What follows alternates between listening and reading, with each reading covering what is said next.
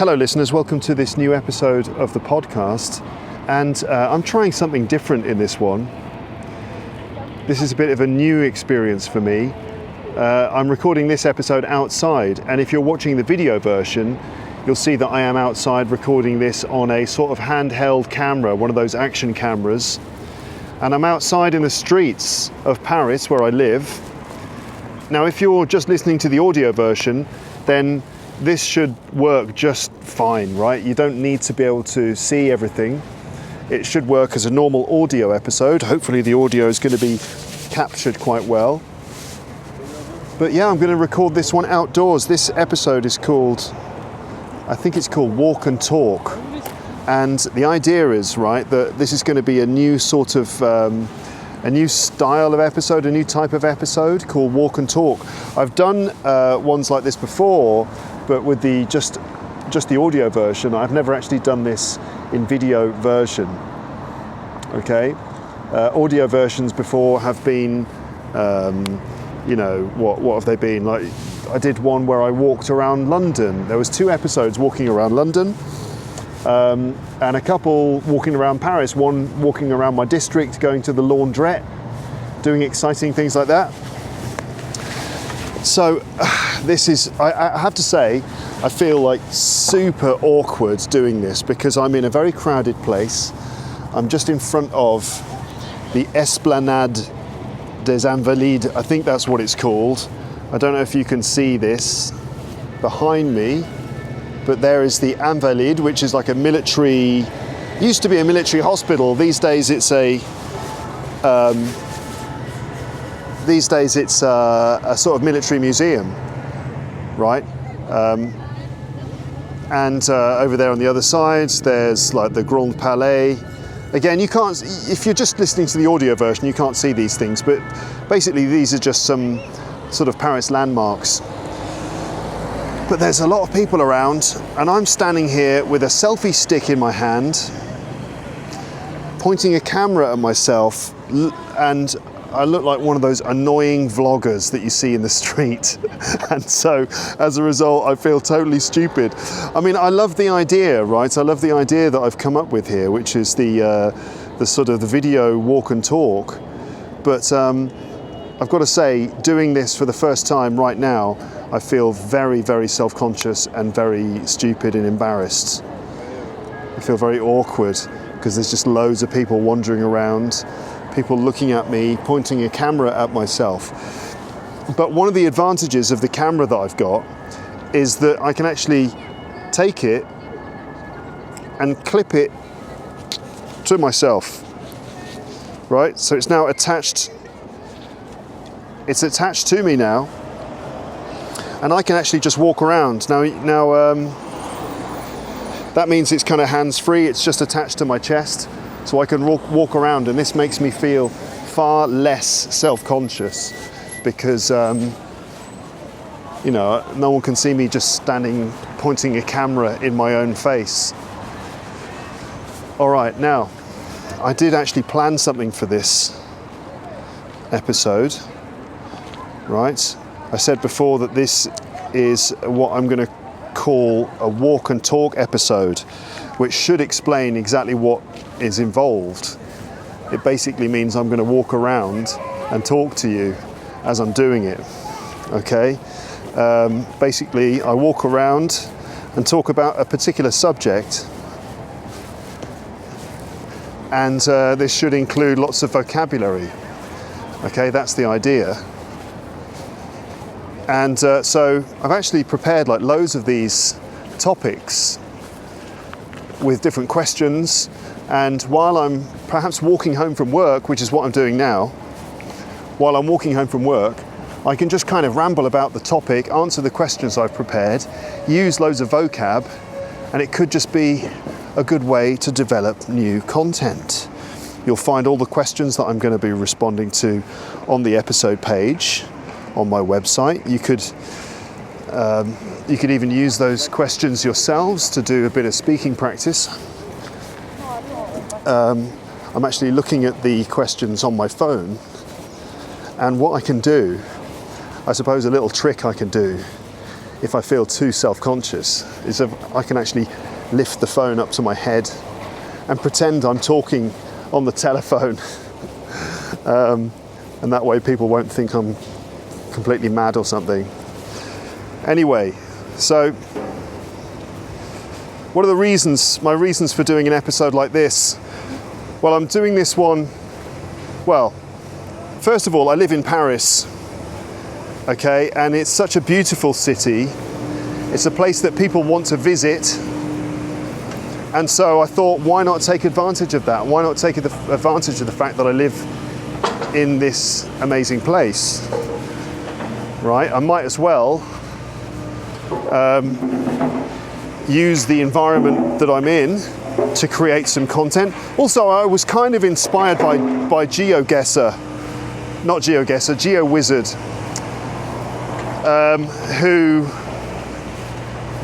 who also kind of goes out and about. I mean, his missions are far more exciting than what I'm going to be doing. He tries to cross entire countries in a straight line and has adventures. I'm just going to be walking home. But anyway, I like the idea of getting out and doing something outside for a change. And also podcasting at home in my podcastle is very sedentary, right? Which means that I spend a lot of time sitting down. In fact, I spend the entire time sitting down in a chair. And fair enough, my room where I do my show is at the top of like over 100 steps, so I have to do all those steps several times a day. But I thought that this might encourage me to actually get out and do a bit more walking during the working week, right? I don't know how often I'm going to do these episodes. I might be able to do them regularly because twice a week I work at the British Council. I teach English there, and I come home from work right at lunchtime. Sometimes I take the metro, sometimes I take a bike, but I can walk. It probably takes about half an hour to walk back to my district. And since the weather's getting better and better, as we leave winter and move towards spring, I thought, why not do some walk and talk episodes? Plus, after I got to 1 million subscribers on YouTube, I got to 1 million subscribers on YouTube, did I tell you? I actually treated myself to some new gear, some new equipment. So I actually bought myself this camera, and I also bought some wireless microphones that clip to my shirt, which allow me to do this without having to carry loads of stuff around. So anyway, that's kind of an idea. That sort of gives you an idea of why I decided to start doing this. Now, you might be thinking, you might be wondering, as ever, as you always probably do, about how you can actually use these episodes to help you with your English. Now, obviously, first and foremost, you can just listen to all of it. And the plan is actually, for most of these episodes, is to talk about a different topic every time. So pick a topic, come up with a bunch of questions and some vocabulary, and just talk about that topic while I walk home. You'll probably be able to hear me breathing because I'm walking. I hope I don't breathe too loudly. Hopefully I'm not going like that. That wouldn't be very good. But you're bound to hear me breathing sometimes. Depends how fast I walk. I usually walk pretty fast. Anyway, so yeah, there's always just the listening part. Just listen, follow what I'm saying, which is always very good listening practice. You can try to notice vocabulary that I use while I'm talking about different subjects. By the way, the subject for this episode, this first one, is going to be Paris. I thought that I could talk about Paris, the city, maybe compare it to London, which is basically my hometown, kind of. So that's going to be the topic for this episode. So anyway, you can just listen, practice your listening skills, notice different vocab that comes up, and also the questions that I respond to, if indeed I have questions. As I said before, you can find them on the page for the episode on my website. And you can actually use those questions yourselves. You can try and answer those questions yourselves for speaking practice. Okay, and I'll try and make it everything relevant, including to the people who are just listening. So if I'm talking about visual things, I'll describe those things, right? So that even if you can't see the video version, which you don't need to see, you'll still get an idea because I'll paint the picture in words. So I'm currently standing right next to the Seine river. I'm currently on the left bank. I'm about to cross over onto the right bank, but I'm standing by the banks of the river, just opposite from the Grand Palais, which is like this big exhibition centre, covered in glass, beautiful building. Approaching the centre of Paris, I'm approaching the Place de la Concorde, the Tuileries garden, the Louvre Museum. This gives you an idea of where I am. I'm next to the Assemblée Nationale, the National Assembly, which is where the French government is based. It's a bit like the Houses of Parliament in England. It's like the French version of that. That's an idea. I'm just walking along. There's a big main road next to me. There's a footpath that I'm on with loads of people, local people, tourists and stuff. There's a cycle path. It's actually a very busy place, which is why I'm holding my mobile phone up to my head, my ear, to make it look like I'm talking to someone and not just recording a podcast. I'm wondering how I'm going to edit this stuff. Right, I don't know if I'm going to do it all in one shot.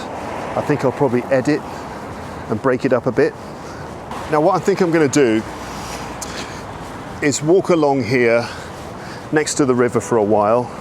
The river is very high, by the way. The water level is really high today. I don't know why that is. I don't know if the river is tidal. Like in London, the River Thames is definitely tidal, which means that with the high tide, the high sea tide, the level of the river rises too.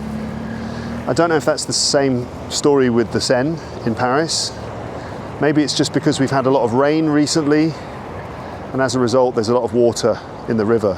But the water level's very high, and it's kind of a murky colour, a sort of a brownish, kind of murky, greenish brown colour almost. I guess this is the colour of the earth, you know, the silt in the riverbed. It gives it that colour, sort of a dirty colour. But I'm going to walk along here. I'm not going to go into the Place de la Concorde, the famous place with the big Egyptian obelisk in the middle and lots of fountains and stuff. That's the place where they have the parades on the 14th of July, where they do all these big military parades and stuff. It's a good tourist spot. I'm not going to go across this bridge. I'm going to keep going, and I'm going to cross over the footbridge into the Tuileries garden, and I'll see if I can find a spot there where I can continue videoing myself. I wonder what this is like. I wonder what this episode is going to be like. I've got no idea. What are you going to think? What are you going to think about the things you can hear around you? What are you going to think about the things I'm saying? Right? What's your impression of Paris as a city? And does it sort of meet the reality of what it's like to actually live here? And for those people who are actually watching, I wonder what you think of the things you can see. Because of the camera I'm using, you might not be able to see landmarks in the distance and stuff. You might just see loads of people walking in front of me. I don't know. But it'll be interesting to review the footage. So here we go, I'm walking along, and let's see if I can talk about Paris, the city. Paris is hosting the Olympic Games this year. So this is a big year for Paris. And the eyes of the world will be on this city to an extent, and there are going to be loads of visitors coming here in the summer for the Olympics. I wonder how that's going to go. Parisians are, maybe unsurprisingly, not very enthusiastic about this. Whenever I talk to anyone from Paris, including my students in the classroom, my friends, And also audiences, when I'm doing stand-up comedy, I say to them, so are you happy about the Olympics? And they're all like, no. No one seems to be happy that the Olympics is happening here. The main reasons being that it's going to be incredibly crowded, first of all. That's what I think most people are worried about, the crowds of people that will be here. And the city's already very crowded, which makes it sort of stressful and a bit difficult to live here. So there's that. Public transport is already completely packed. But also things like the price of the metro, the price of public transport is going to double. Like they're raising it by, is that 100%? It is. It's going to go up by 100%. They're doubling the price of metro tickets during the Olympics. So everyone's really annoyed by that. But you know, to be honest, it was the same story in London in 2012, and I was living in London at the time when we had the Olympics then. And a lot of Londoners were really unenthusiastic about the fact the Olympics was coming. Everyone was quite pessimistic about how it was going to affect life in the city. People were saying it's going to be a nightmare, it's going to be too crowded. People were a bit sort of cynical about the investment. You know, people suggesting that really the money wasn't going to go into the community, but the money or whatever kind of benefits you get from having the Olympics won't really trickle down to the people who really need it. And also when they built the Olympic village in the east of London, they moved a lot of people out of their communities in order to make way for this Olympic village. I mean, fair enough, they rehoused them and stuff, but people were arguing that this was a bit disrespectful to the communities who lived in those areas. So it's a similar story in Paris. Like, people are really a bit cynical and skeptical about the Olympics, and people aren't looking forward to it. But I wonder what will happen. Oh, by the way, video viewers, you get to see some funny, interesting people in interesting outfits. Paris is known as a fashion city, right? Well, sometimes in Paris it's Fashion Week. I don't know how many times a year this happens, but it's quite regularly. Every now and then it's Fashion Week, and you know it's Fashion Week because you see people in really funny clothes walking around like it's like you're in some sort of science fiction film or something like that.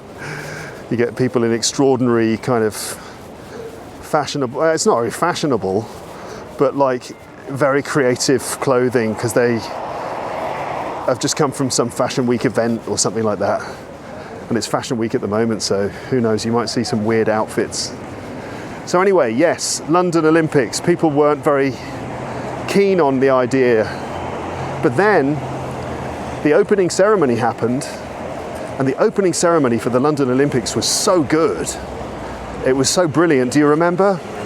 It was this incredible sort of story of the Industrial Revolution. It was kind of like the history of Britain performed in front of our eyes in the stadium with the Industrial Revolution and everything. And there was this incredible moment where the Olympic rings were sort of smelted out of liquid iron, and then they were brought through the sky and brought together, and sparks were flying. Absolutely incredible. And then we had the Queen arrived by helicopter with James Bond. She jumped out of the helicopter and parachuted into the stadium. Mr. Bean was there being quite funny, but really it was the theatrical stuff about the history of the country that was the most impressive. And I think that was so successful that people almost instantly decided that they loved the Olympics and it was wonderful. And it turned out to be a huge success, a massive success. It was like the best thing that's happened to Britain for years and years, and ever since then, it's basically all been downhill since then. Because like just a few years later, we had Brexit,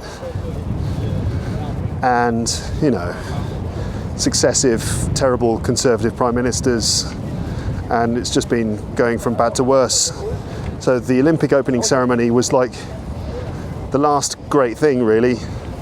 So I wonder what will happen here in Paris when the Olympic ceremony actually happens. And they're going to do it here on the river. Like, a lot of the opening stuff is going to happen on the river itself, which is going to be pretty interesting to see, right? Like, how are they going to do that? There's going to be like barges, boats, and all sorts of things. It's going to be fascinating to see that. You get a pretty good view from this pedestrian bridge. There are views on both sides, up and down the river. As I keep walking, there's a large building in front of me. That is the Louvre Museum, which I visited with my friends Amber and Paul on the podcast a few years ago. We did a little tour of the Louvre, taking in various works of art, including the Mona Lisa. Maybe we can go back there one day with the video camera. I don't know if you're allowed to video in there. Actually, we want to go to another place as well. There's loads of museums and galleries here that we could visit. But I'm now walking towards the Tuileries garden, which is like a long garden between the Concorde, Place de la Concorde, and the Louvre Museum. And as I walk past probable pickpockets and tourists on this bridge, but I'm going to walk into the Tuileries and see if I can find a good spot to perhaps sit down and then, without bringing too much attention to myself, I can point the camera back at my own face, just in case you wanted to see that, and I can continue talking about Paris. So let's do that. I was holding my phone to my ear again, just because I feel so self-conscious doing this. I don't know if that's going to get better, like if I'm going to get used to it. Hopefully I'll get used to this as I do it more and more, if indeed I choose to do it more and more. I'm going to walk up some steps. I can see a nice green chair and not very many people around. So this could be a good spot for me to sit and continue for a while. It's not the most picturesque spot, but it's not bad. I think I'll stop here. We come to this park quite a lot to let my daughter play in the park and run around and stuff. Okay, let's see if I can take this off and put it back into the camera. How are the battery levels? I've got to watch out for the battery levels on these things. So when I pop the camera out and attach it to my shirt, I'm actually removing part of the camera. It's got a little battery inside it, that little part. And the battery doesn't last very long. It lasts for about 45 minutes, I think. Maybe even less, depending on what mode you're using to shoot with. Right, I've got the camera on the selfie stick now. There aren't that many people around, so I feel slightly less self-conscious doing this. I'm squinting because the sun is quite bright. Okay. So, what was I going to talk about? So Paris is one of the most visited cities in the world. I think it is in fact the most visited city in the world. And thousands of people, millions of people come here every year. And sometimes I wonder if it meets their expectations, right? In fact, it's quite a well-known fact that it often doesn't meet people's expectations. And in fact, there's even a thing called Paris syndrome. I don't know if you've ever heard of it. Have I talked about it on the podcast recently? I might have done. But Paris syndrome is a thing that affects tourists where they come and they actually experience an extreme form of culture shock. Okay, it's an extreme form of culture shock where the city is so different to what they expect that they kind of go into a weird, almost catatonic state. Now, they say that this affects certain people more than others. Like, for some reason it affects Japanese tourists a bit more than it affects like tourists from other places.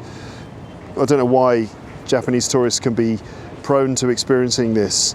Let's see if I can just read about it. I'm sure I talked about this on the podcast recently. Okay, this is actually from Wikipedia. So Paris syndrome is a cluster of psychiatric symptoms exhibited by some individuals when visiting Paris that can be viewed as a severe form of culture shock. The syndrome is characterized by symptoms such as acute delusional states. This is where someone is in such a bad psychological state that they're delusional. For example, I don't know what kind of delusions. Maybe people, imagining things that are not actually real. That's delusional states. Hallucinations, seeing things which are not actually there. Feelings of persecution, that means feeling like everyone's trying to get you. Like maybe perceptions of being the victim of prejudice, aggression or hostility from others. Anxiety and dizziness, sweating and even vomiting. It seems like such an extreme reaction to being here. While the syndrome has been particularly noted among Japanese tourists, perhaps due to the way in which Paris has been idealized in Japanese culture, the syndrome has also affected travelers from other countries such as China, South Korea and Singapore, all Asian countries for some reason. So that's interesting, isn't it? I mean, I think the point is that the city is idealized by a lot of people, not just people in like those Asian countries, but I've noticed also in America and maybe in the UK as well to an extent. There's a certain expectation of what Paris is like, and I find that the expectation is not always connected to reality. Meanwhile, or in contrast, in London, there's a different expectation. And I was going to note that I feel like the expectation versus reality, I'm going to move. I feel like the people's expectation of life in Paris, let's say this, the reality of life in Paris is often slightly worse than people's expectation, whereas the reality of life in London is often slightly better than people expect. So let me try and explain that. I'll start with London. So people expect London to be rainy, cold, miserable, with bad food. Right, that's what people think it's going to be like. And in fact, the weather is more or less the same as it is in Paris. It's basically the same. In fact, I've read meteorological reports that say that Paris actually gets more millimeters of rainfall per year than London does. So in fact, there's more rain in Paris than there is in London, but for some reason everyone associates London with the rain and the bad weather, but in fact it's more or less the same as it is here. So people expect the weather to be terrible in London, and often it's not. In spring, in summer, it can be absolutely fantastic and beautiful. In fact, I've often remarked that I think that when the weather is great, London is just one of the best cities in the world, because you can go to the parks, you can relax, there's everything. And also the food is often much better than people expect it to be. There's just like so many different restaurants. Fair enough, like the food is from around the world. You've got restaurants from every country, but you can find all sorts of fantastic, excellent food to eat. Whereas people expect Paris to be, well, what do they expect? They think it's going to be springtime all the time. They think there are going to be flowers in window boxes everywhere, that people are going to be skipping down the street, kissing each other, and that it's all going to be lovely and romantic, like for example, that film Amélie, right? People expect the streets to be less crowded than they are. They expect the weather to be better than it is.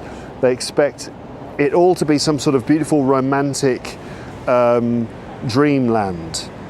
People think that the cafes are populated by philosophers who sit on the terraces drinking coffee and either writing romantic poetry or debating philosophy with each other. And in reality, what it's actually like is that the weather is like the same as it is in London, and it's very crowded. People can be quite unfriendly, I have to say. I mean, not all the time, but there's a certain kind of Parisian nonchalance, let's say, where people are a little bit self-involved. People don't really take care to, for example, get out of the way. Unlike in Tokyo, and I've lived in Japan, people are very much aware of their personal space. the space of other people. People are very, very considerate. It's very normal to try and get out of people's way, to not impose yourself on other people in any way, and to be very respectful to everyone around you. There's a kind of collective consciousness in a sense, collective culture. Whereas in Paris, it's not really like that. People tend to just ignore each other, and you get the feeling that people walk around as if they own the place. I mean, really, I know I seem to often give a bad reputation to Paris, or I seem to like talk about it in negative terms, but really it's true. I mean, you know, I've lived here now for 12 years, so I really know what it's like. And you know, most Parisians, most French people will agree with me. But having said that, it's a fantastic place, right? It's beautiful. There's all sorts of interesting things to see. There are beautiful buildings. There's a lot of culture. The food is fantastic. There's loads of things to do. I mean, just, you know, if I just take a walk now through this park, you'll see that it's a very pretty place indeed. If I can just work out how this bloody selfie stick works. I do feel like a total prat walking around with this, pointing it at my face. I feel like such an idiot. I mean, what do you think when you see someone with a camera pointing the camera at their own face and talking? When I got this camera and I attached it to the selfie stick at home, I was trying to work out how it worked. My daughter saw me doing it and she was like, "Can I have a go?" And I gave it to her, right? She's 6 years old. I gave her the camera. And she immediately got it out and she started pretending. She was like, I've got a camera. She spoke in an American accent for some reason. I'm a vlogger, she was saying. So obviously there's a certain image that we have of people who go around pointing a camera at themselves, and I don't think it's very positive. That's why I suppose when I'm walking along, if there are people around, I can take the little camera out and stick it to my shirt and then carry on. In fact, I'm going to do that now because I'm about to walk down the steps into the rest of this park. So let's do that. Okay, let's walk. What else do I have to say about Paris? So, full disclosure, I should say that in preparation for these walk and talk episodes, I actually used ChatGPT to write some questions for me, just to save time. So I asked ChatGPT something like this. I said, can you write a list of interesting discussion questions about the topic of, and then I just left a blank space and I can just insert a different topic each time. For example, about the topic of Paris, and include all relevant vocabulary in the questions. And of course it did that. And it wrote loads of questions for me on different topics. And as I said, since this topic is about Paris, here are some of the questions that it came up with. Now, I'm not sure that these are all easy questions to answer, because when you do this, ChatGPT tends to give you these sort of fairly complicated questions that don't always lead to a really, really easy discussion. You need to use a bit of imagination. But my approach to this sort of thing is I just read the question and think, if I can think of one thing to say, then that's good enough, and I'll just say that.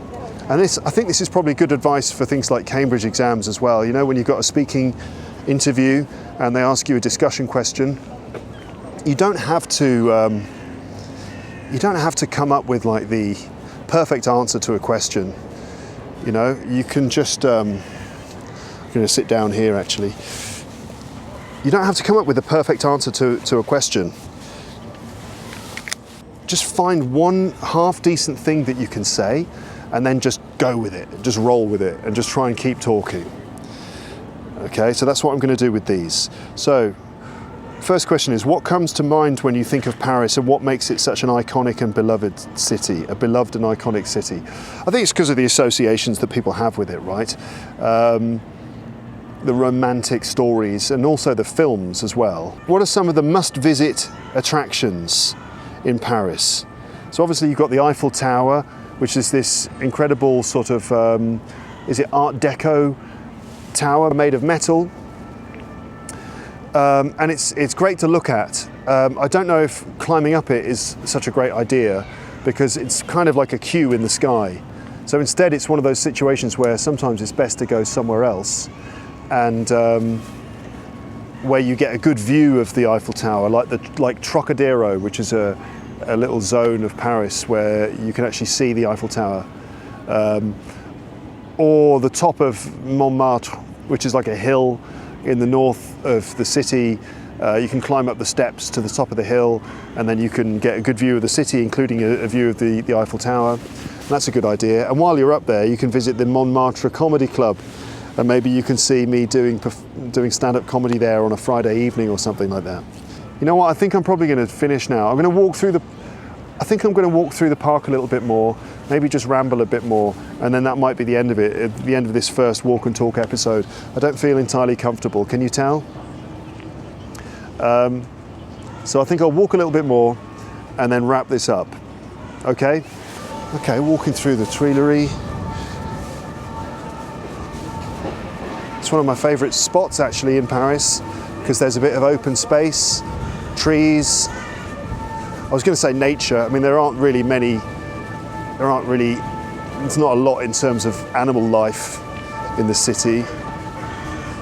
Crows, pigeons, sparrows, rats, mice. There are probably a few other things, ducks in some of the parks, seagulls. There's not that much more. But still, it's a nice place to go for a little wander and to get away from the crowded streets and stuff. There are a few parks like this in the city. There's the Jardin de Luxembourg, the Butte Chaumont, and a few other places that are worth coming to as a way of escaping from the streets, basically. You can pick up a packed lunch and come here and eat it. If you've got kids, there are places where they can play, you know, slides and swings and things, trampolines. That's a good idea. So what I'm going to do now is, after leaving the park, I'm going to go and get myself some lunch because I was teaching this morning and I am starving. I'm famished. Teaching really makes me build up an appetite. And after a good solid morning of teaching, I want to feast on something. So I am hungry. All over the city there are, like, there's works happening. I mean, like road works, and things are being built, and there's scaffolding and stuff everywhere. And this is all in preparation for the Olympics. The city is changing a little bit. They say that it's all going to be ready in time. I wonder. In France, there is a kind of stereotype that people are late quite a lot. It's not even a stereotype. In my experience, it's pretty true. People are often late. Things go behind schedule. I wonder how that's going to be with the Olympics. Is it all going to be ready in time? We will see. Maybe I should do another episode about the Olympics where we discuss all of this stuff. Who should I have as my guest? Obviously, I could have Amber and Paul. I might maybe invite Oliver G., the journalist who has a special interest in Paris. He does the Eiffel Tower podcast. I'm sure he's got all sorts of things to say about the Olympics. Maybe I could, maybe we can have someone else, like an actual French person. Fancy that? I'd invite my wife, but she's like one of those Parisians who's not very enthusiastic about it. There's a bit of politics involved as well, because the Olympics as a project is associated with the mayor of Paris, and she's criticised, of course, just like any politician. So there's a bit of politics involved in it all as well. Right, well, now I've left the park, my stomach is rumbling, and I'm going to try and find somewhere to eat my lunch. Okay, so I think that's going to be the end of this. I don't know how long I've been talking. It's probably been about half an hour. I'm walking through some crowded streets now, in front of some very classy shops. I'm approaching Place Vendôme, which is where you get all of the high-end brands am. You know, what am I looking at? I mean, these brands, these shops here are so high level that I've never heard of them before. Jovoy, have you ever heard of that? Valmont. Looks like they do perfume. There's always a big queue of people here because they're queuing up for, I think, is it like hot chocolate or something? Or pastries. Cédric Grolet. Looks like he does pastries or cakes or something. You know, in France, you know when something is really good quality, when it just has the name of a man, right? Like the shop is called Frédéric Grolet. That's just the name of the shop, it's just a man's name. And there's loads of places like that, and loads of products where it's just some bloke's name. And if it's just some bloke's name, you know that it's really good. It doesn't tell you what it does. Like Frédéric Grolet, oh, he makes cakes. Okay, they're really good cakes. Or François Boulon, or whatever it is. And he's a hairdresser. You know, just like all these different establishments where it's just some person's name.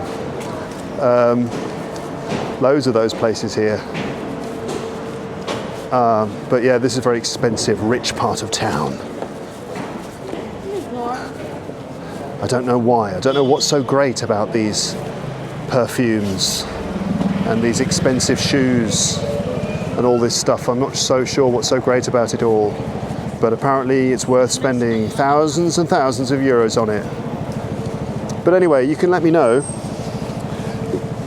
Let me know what you think about all of this. How's this episode been for you? What do you think of my idea of doing these walk and talk episodes where I walk and talk about different subjects with a video? Shall I do videos every time? Do you think that I'll get less self-conscious? Will I get used to this? Will this get easier? Hey, you know what? I think I've got an idea. Right? So look at this. Loads of bikes. I'm going to rent one of these bikes and I'm going to find a way to attach the camera to the bike. No, you know what? I'll have the camera on my chest again and we'll just go for a bit of a ride. How about that? Let's do that. Okay. This is how I'm going to end this episode. So let me rent this bike. I'm going to ride through some of the streets. This might be an interesting way to explore the city a bit. I'm not far from the Opera House and a few other interesting areas. You've got to be careful, of course, when you're riding in Paris, because drivers can be pretty crazy. Okay, this bike is ready to be ridden. Let's go, let's do this. Okay. All right, interesting this. I've never done this before. No, I have podcasted on a bike before. I think the episode was called Rambling Through the Streets of Paris on a Bike with a very special guest. That's when Jerry Seinfeld was on the podcast. Yes, listeners. Jerry Seinfeld has been on this podcast, right? Yes, only the top level celebrities are guests on my show. But yeah, there was that episode. I don't bang on about that very much. I'm not always going on about the fact that I had one of the world's leading stand-up comedians, one of the highest paid comedians in the world, was a guest on this podcast. He wasn't technically a guest. I mean, I did sort of ask him a few questions. Look at that car, isn't that cool? Look at that, it's like a vintage Volkswagen Beetle with white rimmed tires, beautiful. Let's carry on. So I have podcasted on a bike before, but I've never done it with a camera. I wonder what this looks like. Now, if you are watching the video, now because the camera is attached to my chest, you can't see my head turning left and right. As I said before, it's important to be safe when riding a bike. And so mark my words, I'm looking left and right. I'm having a good look around me to make sure I know exactly what's going on. So if I, for example, cross over a street or drive past a junction and you think, oh, that looked a bit dangerous, don't worry, I've got my wits about me, I'm looking left and right, I'm paying attention, I'm doing my best anyway.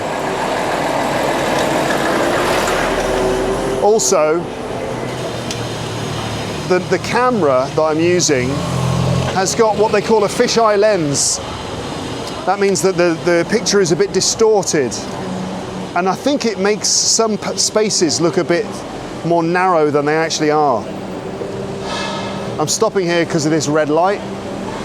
See, I'm a good cyclist. I'm obeying the code of the street. Is that the right phrase? No, the code of the street is like more something like if you're in a gang, isn't it?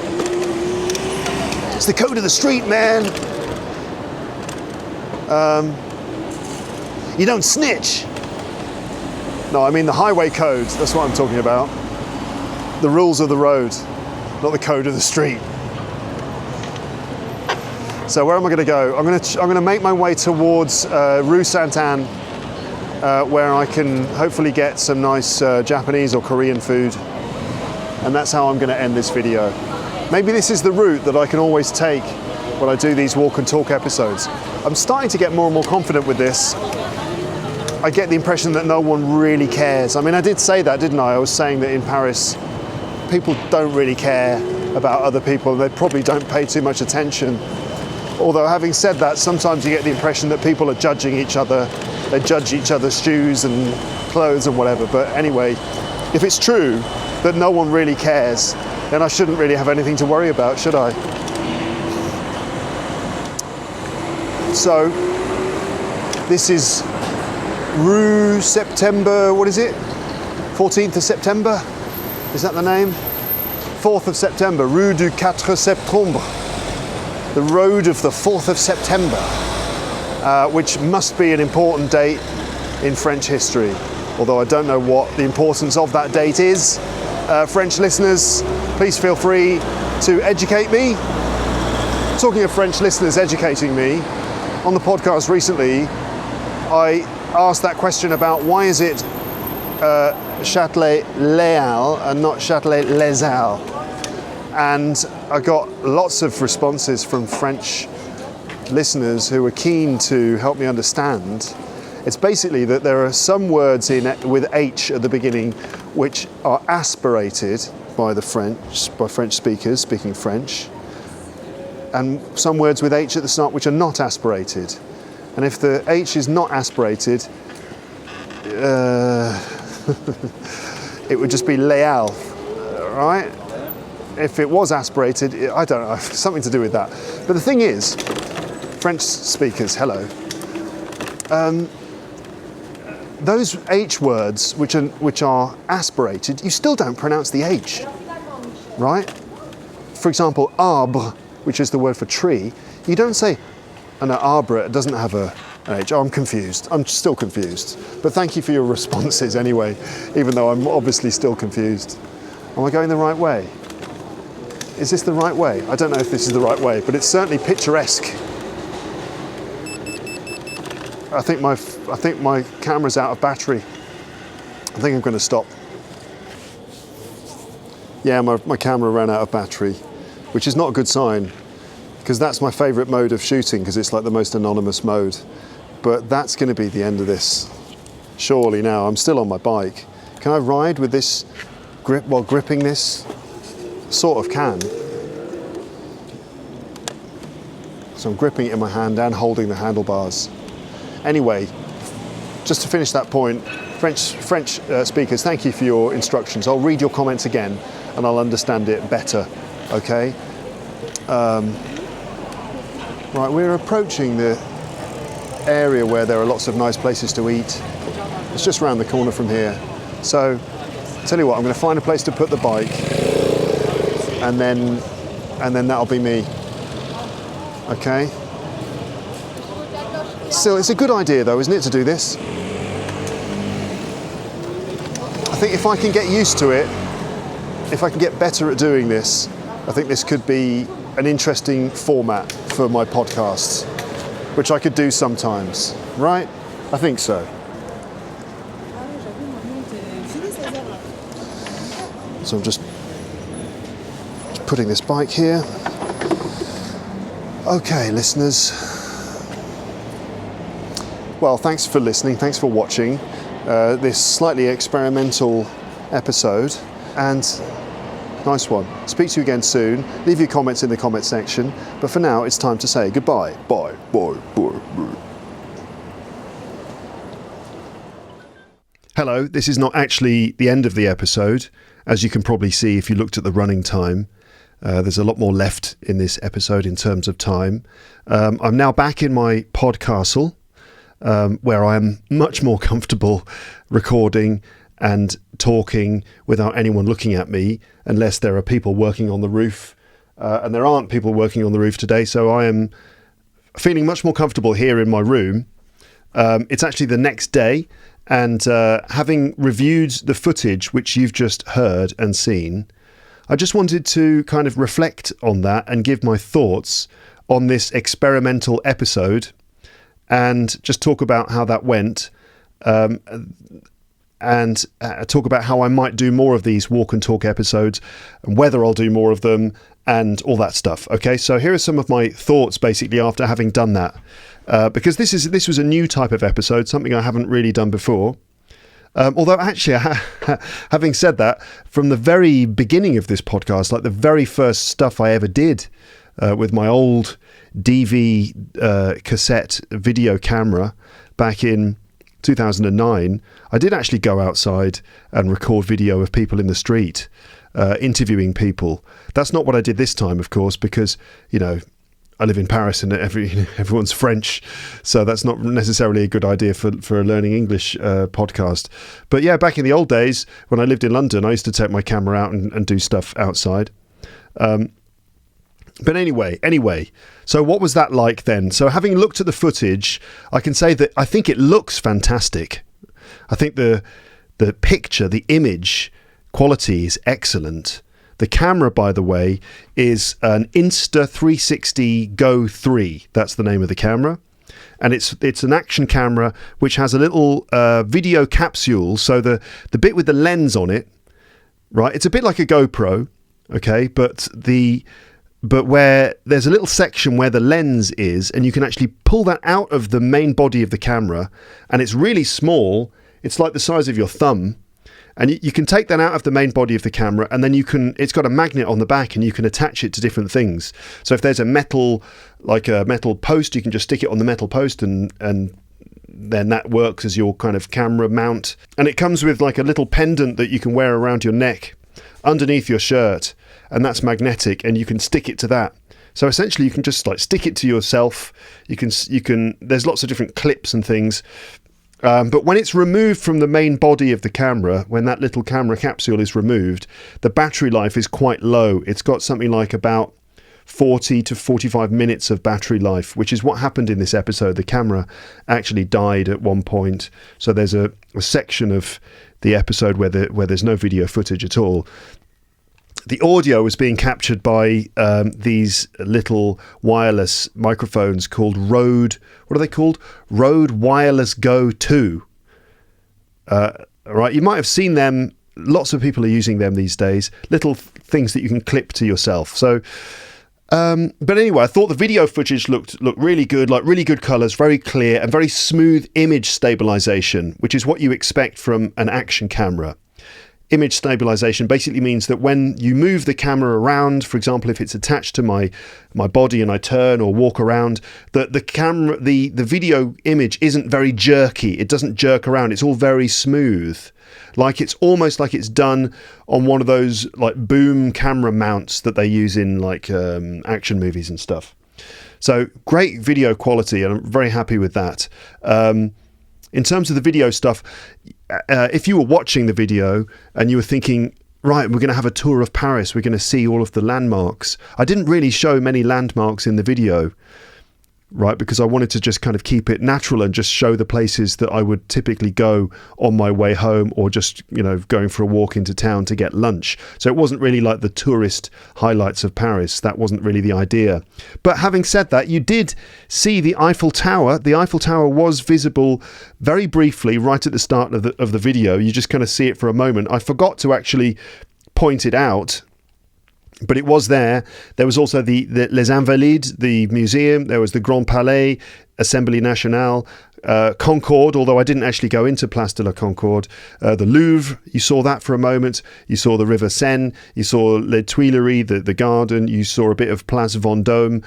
So actually quite a lot of landmarks, really, but that's not really what the episode was all about. But maybe if I do this again, I can visit different parts of the city and show you different things.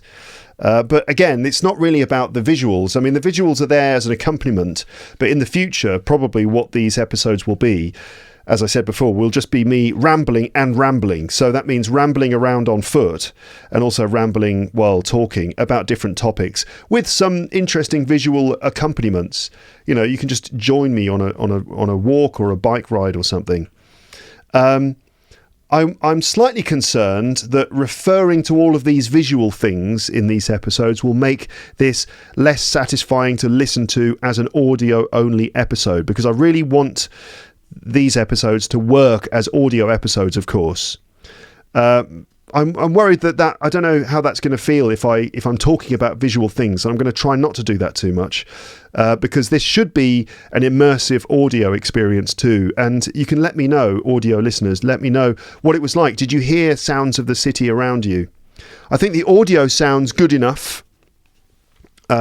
It's not quite as loud and rich as normal with my normal audio setup, right? It's not quite as clear as normal, but I think that's to be expected, isn't it? It's hard to get the microphone in exactly the right position.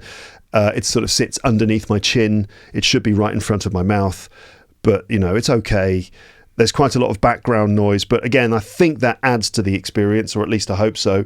I'm not overly happy with the way that I look on camera. I don't think I should be very vain about this, right? I mean, I don't think anyone really cares. I probably just think about it a bit too much, or I'm worried about it a bit too much. But it would probably be the same for you, right? I mean, how would you feel sort of sticking a camera in your face? And often the angles that I had were not very flattering. You're kind of looking up from below my chin, or looking at different angles with the hair, the wind blowing my hair in weird ways. So I'm not that happy about the way I look, but I think I'm probably just going to get used to that, because I remember when I first started videoing myself for the podcast like this, that I used to feel very awkward about seeing myself on camera afterwards, and I didn't really like it, but I got used to it. So I'll probably get used to that as well. So I probably shouldn't really care about the way I look. I don't think anyone really cares that much, really. But I did feel really self-conscious when I was out there in the street, walking around with this camera on a selfie stick, pointing at my face. I felt really self-conscious, like I didn't feel comfortable. And it actually that's the one thing maybe that makes me seriously doubt if I can do this kind of thing regularly, because it wasn't as pleasant as I'd hoped. I felt very self-conscious and awkward, and that kind of prevented me from relaxing and prevented me from getting into my normal flow of speaking. There were some moments which were okay, moments when I found little quiet spots in the park. But what I really want to do is walk around and let you see the city while I'm talking to you. And I want you to be able to see me talking to you and the city around me. But it's really, really hard to do that, walking around with the selfie stick and there's people walking around. I mean, you're just going to look like such a prat doing that. Maybe I'll get used to that. I'm probably overthinking all of this, right? I think it's probably fine. But anyway, I just wanted to share my thoughts with you just immediately after having looked at all the footage and put it together. I think putting the camera on my shirt is a really good thing. It means I can be completely hands-free and I can continue to record. And it's really cool, especially the bits where I was on a bike. It just looks great. That's what this camera is designed for. But the battery runs out really quickly in that mode when I've just removed it from the main body of the camera. The battery runs out so fast, and also you can't see my face. I suppose that's important. I don't know, do you need to see my face while I'm talking to you? Some people say that they like that because they can see my mouth moving and they can see my expressions and stuff like that, which they say helps them. But, I suppose I can mix it up. Sometimes I can just show you my point of view by sticking the camera to myself, and other times I can put the camera back into its housing, and then use the selfie stick to talk to the camera directly. And that's if I've found a quiet spot, for example, on a park bench or something like that.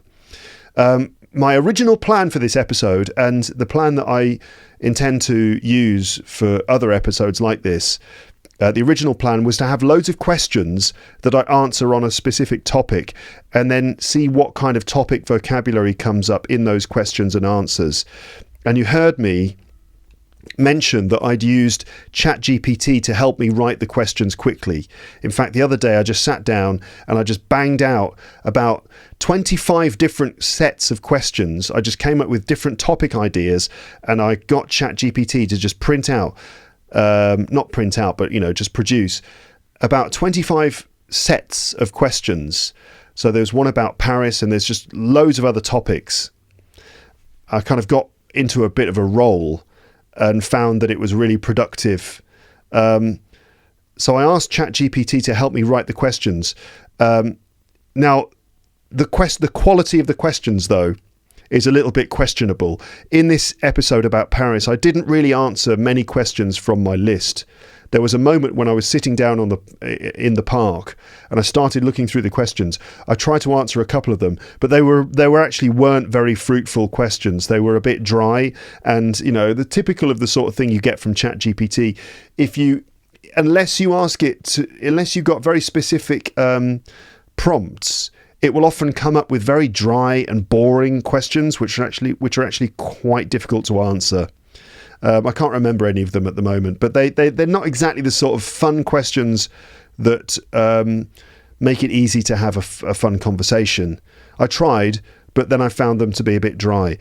In this episode about Paris, I didn't really answer many of those ChatGPT questions, but you can still find some questions about cities on the episode page for this episode on my website. So after having sort of rambled a bit about Paris this morning, I wrote some questions. So these are questions that you'll find. I suppose these are questions that I answered more or less.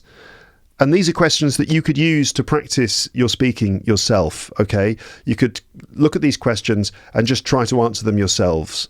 Now, these ones are mostly about Paris, but they're also could be about any city that you know well.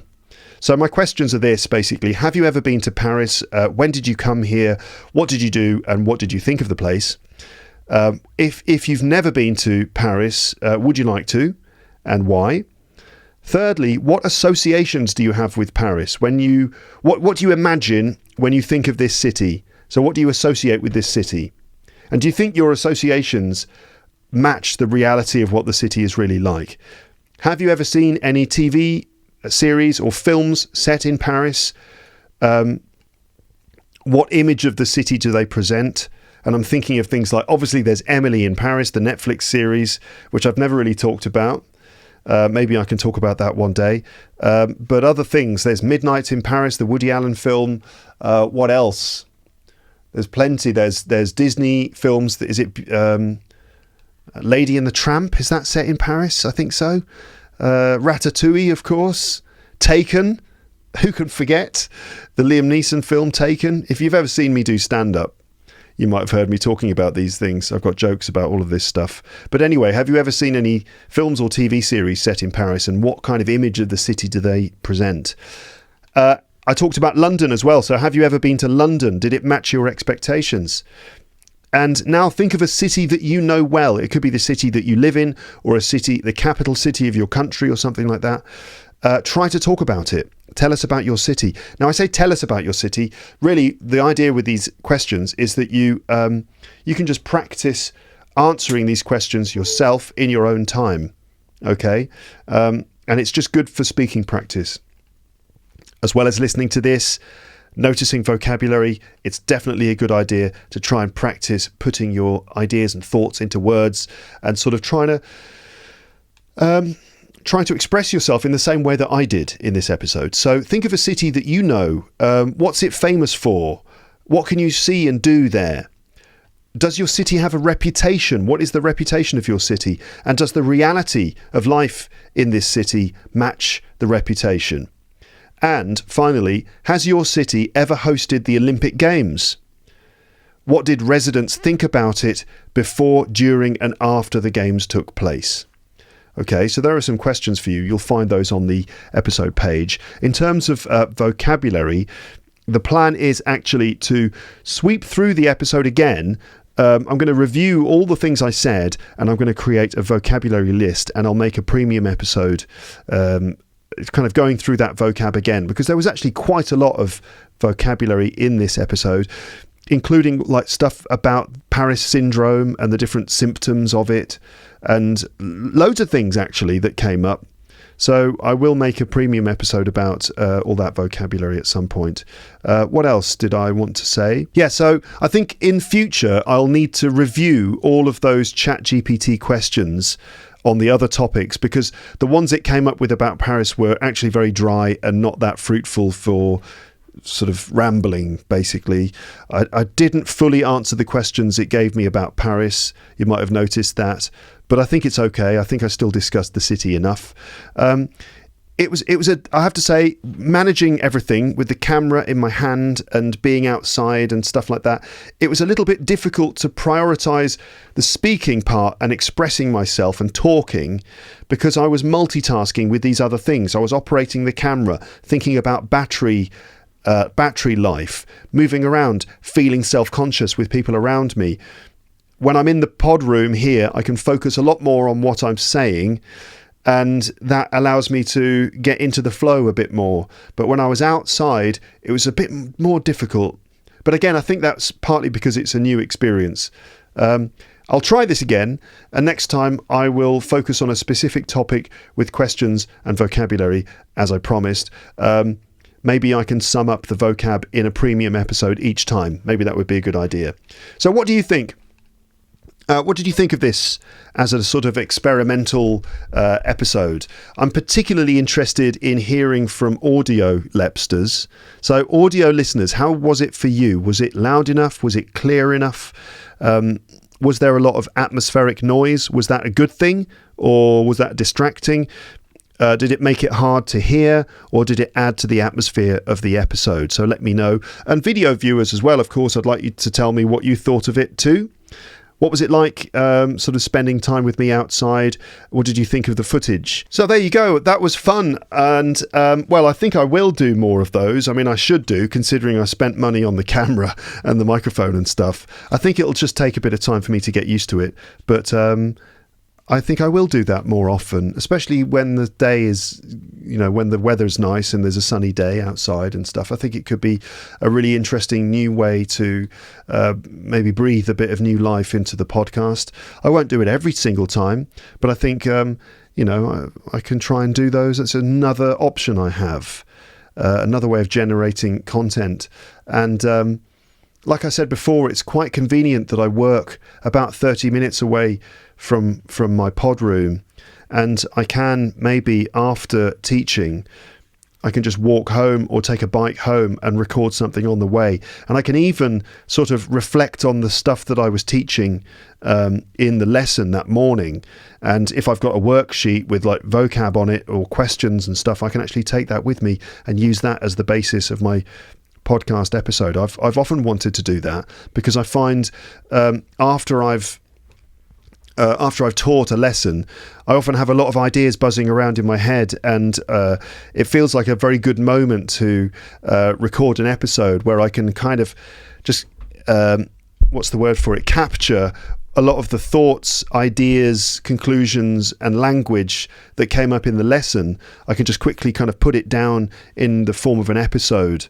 I was actually planning a series of episodes like that, which would be called What I Taught, where I talk about what I taught that morning. But maybe I could incorporate that idea into this walk and talk concept. Another thing, I'm curious to get your suggestions as well in terms of topics. I can give you an overview of the topics I've got. what kind of topics have I got? Let me just give you a quick overview. I've got things like job interviews and job applications, learning English, of course, travel and holidays, living in the city versus living in the countryside, the future, studying at school and studying at university, shopping, the impact of social media, mental health, politics, films and cinema, prepositions, journalism, air travel, food, cooking, eating out, eating in, home, housework, furniture and interior design, clothes and fashion, stress and relaxation, relationships, dating and marriage, animals, babies, psychology, cars and driving, video games, artificial intelligence, books and reading, and more. The list goes on. But if you've got a topic that you think would be interesting for me to talk about and cover in an episode like this, then go ahead and suggest one. I've talked about most of those topics before in episodes of the podcast, but it could be interesting just to do sort of dedicated rambles on those subjects again, and then sort of sweep them for vocab. That could be an interesting idea. Okay, I think that's more or less the end of this episode. How long have I been talking here near the end? About 20 minutes. Okay, maybe I can try and do something on the guitar. Let's see if I can do that. I've been playing the guitar again recently, messing around. What could I possibly do? I don't know if there are really any songs that relate to what I've been doing in this episode. I'm just looking through my list. I've got a list of songs I try to play sometimes. Okay, I'm going to try and do this one. I don't think it relates at all to what I've done in this episode, but that doesn't matter. It's not an episode. It's not a song about walking through a city. I think there is a reference to someone walking in the lyrics. This is probably going to get blocked again on YouTube because that always happens, doesn't it? That always happens whenever I do this. 1, 2, 3, 4, 5. I think I'm supposed to put the capo there.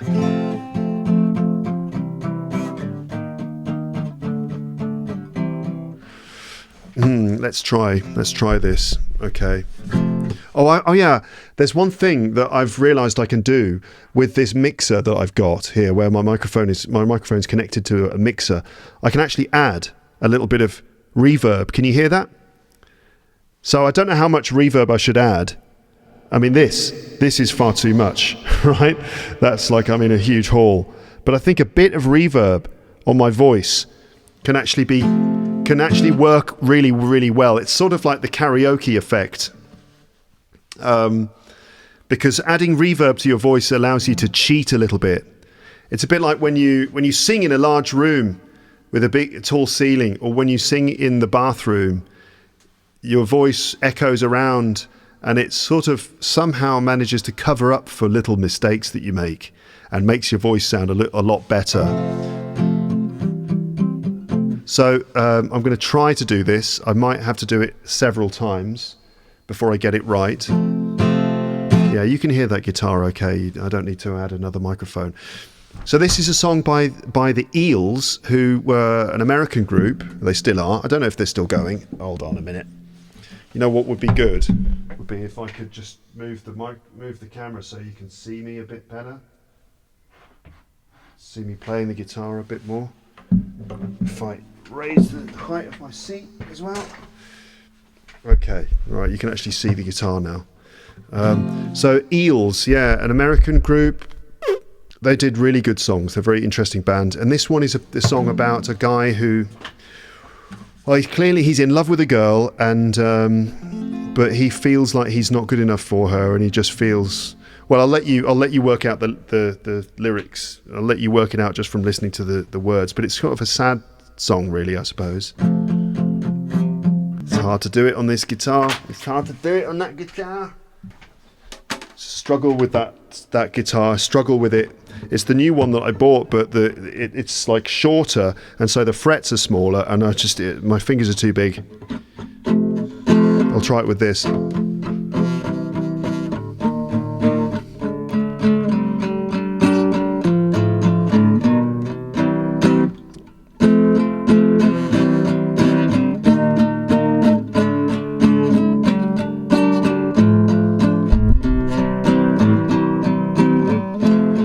never thought that I could be so bold to even say these thoughts aloud. I see you with your man, your eyes just shine, while he stands tall and walking proud. The look you give that guy, I wanna see, looking right at me. If I could be that guy instead of me, I'd never let you down. It always seems like you're going somewhere better than you've been before. When I go to sleep and I dream all night of you knocking on my door, the look you give that guy, I wanna see, looking right at me. If I could be that guy instead of me, I'd be all I can be, I'd be all I can be.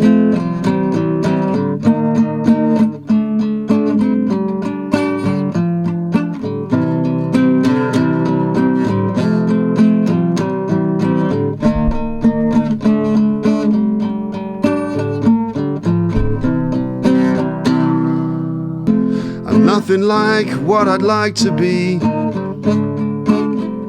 I'm nothing much, I know it's true. I lack the style and the pedigree, and my chances are so few. The look you give that guy, I wanna see, looking right at me. If I could be that guy instead of me, I'd give you all I got. I never thought that I could be so bold to even say these thoughts aloud. But if, let's say, it won't work out, you know where I can be found. The look you give that guy, I wanna see, looking right at me. If I could be that guy instead of me, I'd never let you down, I'd never let you down.